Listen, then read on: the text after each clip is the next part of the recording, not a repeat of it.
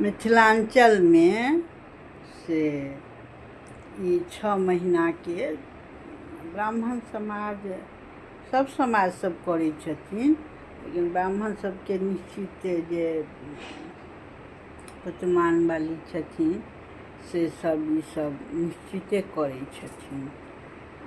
6 महीना के दिन करक होइ छनि आ 3 महीना के सप्ताह तऽ डोरा सेहो बन्हाइ छलनि हेँ। नल राजा दमयंती रानी के सप्ताह के दिन करक डोरा सेहो बन्हाइ छनि। तऽ ई पाबनि हमर सबके आब सौंपैत 6 महीना के भार उतरतै। तऽ हमरा कए गोटा बहिन सब कहलखिन हेँ, ये कुसुम दीदी, ये कुसुम 6 महीना के भार सौंपलहुँ? हाँ ये सौंपलहुँ हम ये। अहाँ सौंपलहुँ? हाँ हमहूँ सौंपि लेलहुँ। तऽ हमरा सबके ई कहल जाइ छै। आर पाबनि सौंपै जे छै से सबके एक दोसरके 6 महीना के भार सौंपलहुँ, 6 महीना के भार सौंपलहुँ 3 बेर कहै छै। तऽ ई तऽ डोरा बन्हा कऽ अबै छलैए तखन हमरा नैहर सबमे होइ छलै सिनुरहार। आब नहि देखै छी, आब तऽ डोरा बन्हाइतो छै तऽ असगर के बनलक।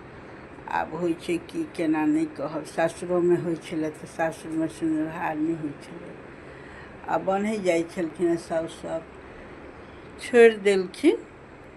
तऽ आब की केना होइ छै नहि बुझल अइ। हमसब एखन डोरा नहि बन्है छी, 6 महीना के भार सौंपै छी। 6 महीना के भार सौंपै छी, 6 महीना के भार। हाँ तऽ 6 साल केने छी अनूना अठवारे अनूना। तकर बाद एक सँझा करै छी। तकर बाद जाकऽ से की कहै छै, बौआके मोन खराब भऽ गेल तऽ ओहो 6 साल केने छी 12 महीना एक सँझा। तऽ इएह छै केने छी। तऽ बड्ड पैघ देवता छथिन। 6 महीना के भार सौंपै छी, 6 महीना के भार सौंपै छी। आब ब्राह्मणक बेटी सब पुतहु सब चारू हैत तऽ ओहो सब करत।